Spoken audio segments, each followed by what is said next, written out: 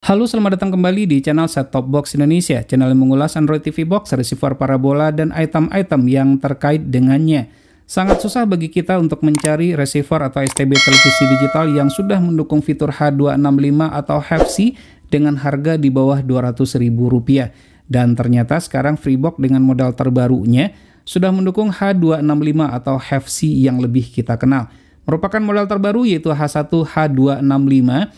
Namun untuk memastikan apakah ini benar sudah mendukung HEVC H265 tersebut, nanti akan kita cobakan. Sementara untuk fitur-fitur yang lain kurang lebih adalah hampir sama saja seperti kebanyakan STB yang lain, sudah ber-SNI dan memiliki fitur EWS sebagai peringatan dini di saat terjadi bencana alam seperti banjir, gempa, dan seterusnya.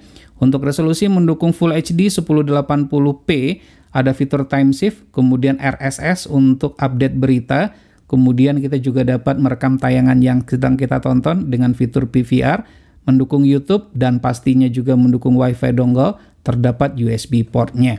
Untuk fitur yang lain, teman-teman bisa baca saja di bagian yang saya lihat ini. Dari segi kelengkapan yang kita dapatkan dalam paket penjualan, pastinya kita mendapatkan kartu garansi, di mana produk ini bergaransi selama 12 bulan. Alamatnya jelas, tinggal dikirimkan saja ke PT Indomedia Perkasa. Ini ada nih ditulis di sini ya. Kemudian kita juga mendapatkan user manual, sudah ditulis dengan menggunakan bahasa Indonesia. Kabel HDMI tidak kita dapatkan, namun kita hanya mendapatkan kabel RCA saja untuk televisi tabung. Kabel yang lain ya HDMI harus dibeli ya, seperti yang sudah disebutkan. Ini adalah baterai AAA, namun kualitasnya tidak bagus. Dan ini adalah remote control yang digunakan. Secara desain model kurang lebih adalah hampir sama kepada kebanyakan STB televisi digital yang lain. Modelnya adalah seperti ini ya. Untuk kelengkapan tombol adalah seperti yang terlihat, seperti itu ya. Baterai ya, sudah pastinya kita mendapatkan atau menggunakan baterai AAA sebanyak 2 buah.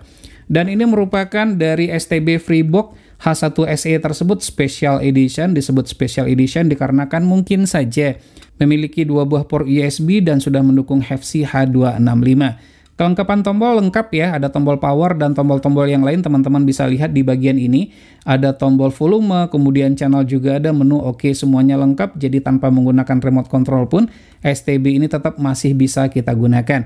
Nah, untuk LED display-nya warna lampunya berbeda pada kebanyakan STB yang ada, nanti bisa dilihat sendiri. Lalu untuk port USB pada sisi bagian depan kita mendapatkan 1 buah, lalu kita bergeser ke posisi bagian belakang. Di posisi bagian belakang kita mendapatkan port USB 1 lagi, jadi total kita mendapatkan 2 buah port USB. Port RCA untuk televisi tabung, port HDMI, kemudian port untuk antena. Ventilasi udara sangat banyak sekali ya, terdapat pada posisi bagian atas, jangan khawatir. Untuk materialnya ini terbuat dari besi atau metal. Selain pada posisi bagian atas, juga terdapat pada posisi bagian samping kanan dan bagian samping kiri untuk ventilasi udara, termasuk pada posisi bagian bawahnya, sehingga sirkulasi udaranya menjadi lebih lancar. Terhindar dari overheat, namun lagi-lagi kita akan lakukan pengujian berapa suhunya setelah kita nyalakan beberapa saat. Baik, selanjutnya kita akan coba lihat apa saja fitur-fitur yang dimiliki oleh STB terbaru dari Freebox ini. Semoga saja ini sesuai dengan apa yang kita harapkan. STB ini dapat digunakan untuk televisi tabung dengan resolusi maksimal 720p dan televisi LED atau yang sejenis dengan maksimum resolusi 1080p Full HD. Berikut ini spesifikasi Freebox H1 H265 Special Edition.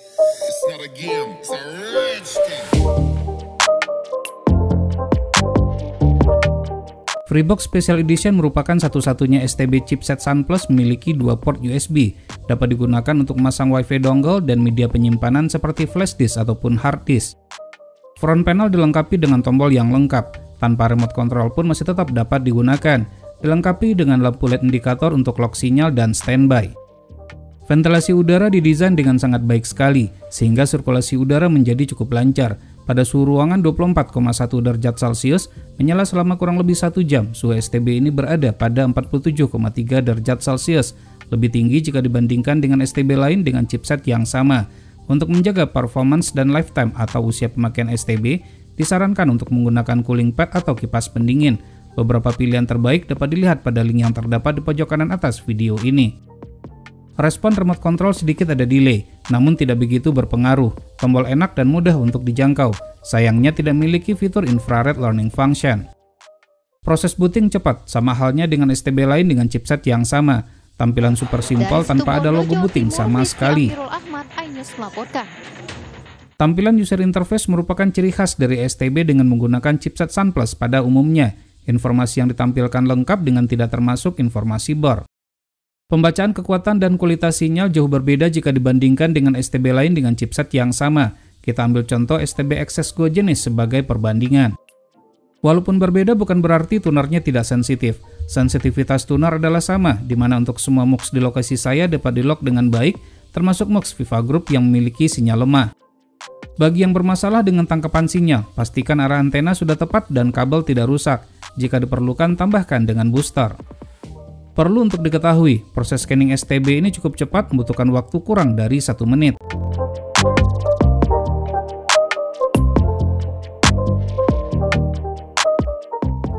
Perpindahan channel SD dan HD lancar, tidak ada delay dengan mode blank screen atau layar hitam saat perpindahan tersebut. Terus dia bilang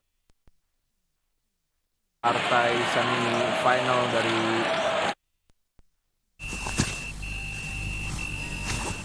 untuk channel tertentu dengan alasan keamanan jika diinginkan maka dapat untuk di-lock, sehingga untuk menontonnya harus memasukkan kata kunci sesuai yang sudah kita tentukan.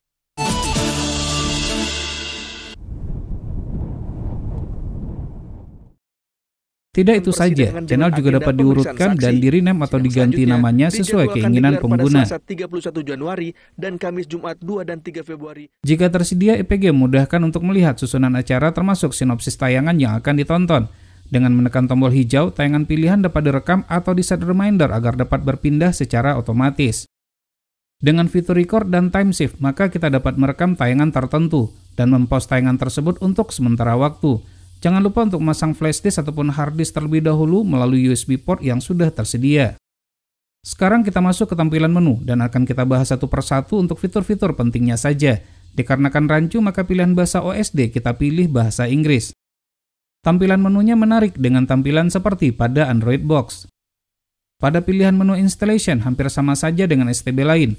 Terdapat pilihan LCN yang berfungsi untuk mengurutkan channel secara otomatis sesuai dengan urutan yang telah diberikan pada MUX. Namun tidak terdapat pilihan acu. Silakan set aktif antena ke on jika antena yang digunakan mendukung, akan memberikan tegangan sebesar 5 volt sehingga dapat menaikkan atau menstabilkan kualitas sinyal yang didapat. Terkait dengan fitur EWS, jika sudah tersedia agar dapat berfungsi baik, jangan lupa untuk masukkan area code atau kode pos sesuai lokasi masing-masing. Menu apps berisikan pilihan sebagai berikut. STB ini dapat dijadikan sebagai IPTV player. Silakan masukkan link IPTV yang valid baik yang berlangganan ataupun yang bukan. Berikut ini layanan streaming yang didukung. Terdapat YouTube, TikTok, YouTube Kids, dan WeTV. Khusus TikTok dan WeTV, pengguna dapat login menggunakan akun masing-masing. Untuk YouTube terdapat pilihan resolusi sampai dengan Full HD. Silakan tekan tombol info pada remote control untuk berpindah ke resolusi yang tersedia. Nah, tidak perlu khawatir, opsi search atau pencarian dapat berfungsi dengan baik, sehingga dapat digunakan untuk mencari konten sesuai dengan yang diinginkan. Pada menu AV terdapat banyak pilihan, seperti pengaturan audio dan video. Salah satu kelemahan chipset SunPlus untuk urusan audio terjadi overvolume, namun kabar baiknya STB ini mendukung Dolby Audio dengan kualitas audio yang sangat bening sekali. Untuk pengaturan silakan set HDMI audio ke HDMI RAW, atau jika menggunakan SPDIF dapat di-set opsi SPDIF ke bitstream. Untuk kualitas audio dan video silakan dinilai sendiri saja, tidak kita edit langsung di-capture dari STB ini.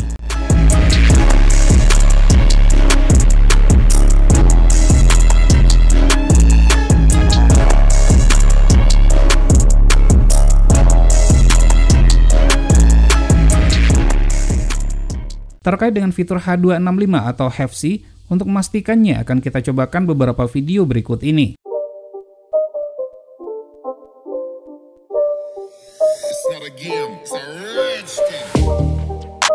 Nah, setelah kita lihat ternyata STB ini tidak mendukung format tersebut sama sekali, seperti yang tertulis pada box dan spesifikasi.